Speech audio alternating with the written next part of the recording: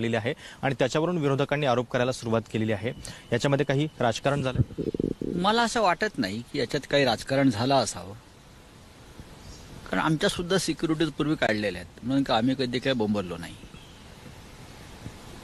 म्हणजे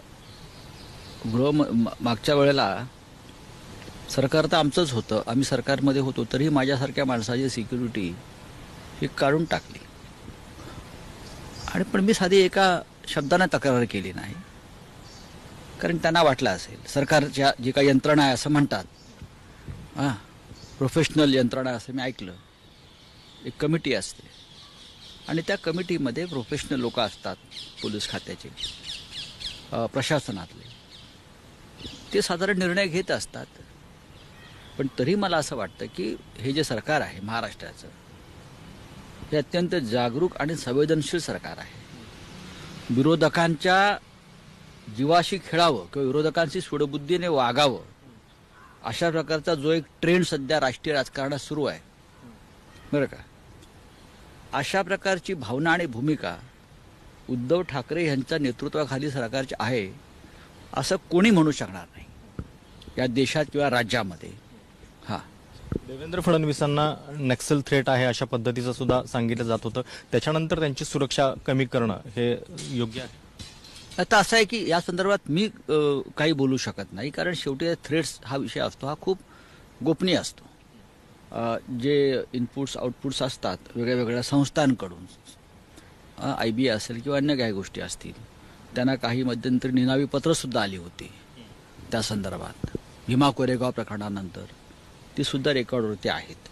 पण त्या संदर्भातला संपूर्ण निर्णय हा शेवटी राज्य शासनाची जी समिती आहे, जे गृह खातं आहे, त्यांनी घ्यायचा असतो आणि ज्या अर्थी त्यांनी हा निर्णय घेतला त्या अर्थी महाराष्ट्रामधलं वातावरण सुरक्षित आहे। गेल्या 1 वर्षामध्ये आपण पाहिलं असेल वातावरण तसं सुरक्षित आहे, तरीही विरोधकांच्या सुरक्षेसंदर्भात सरकारनं खास करून जागरूक असायला पाहिजे।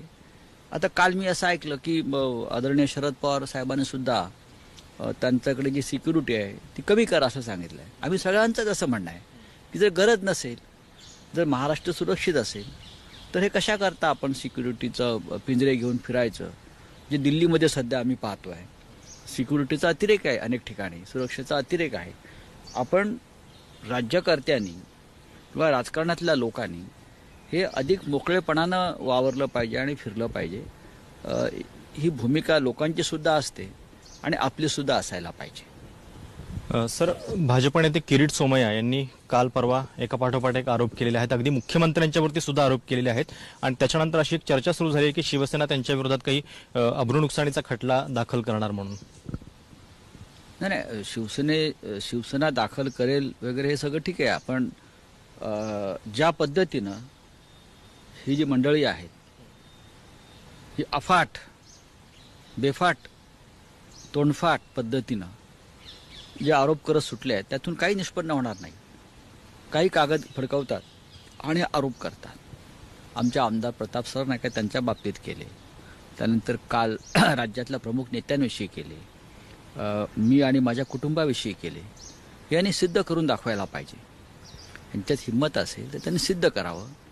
नाहीतर मी स्वतः व्यक्तीसह असं सांगितलेलं आहे की मी काय हे अब्रूनुकसानीचे खटले वगैरे हे सगळं ठीक आहे,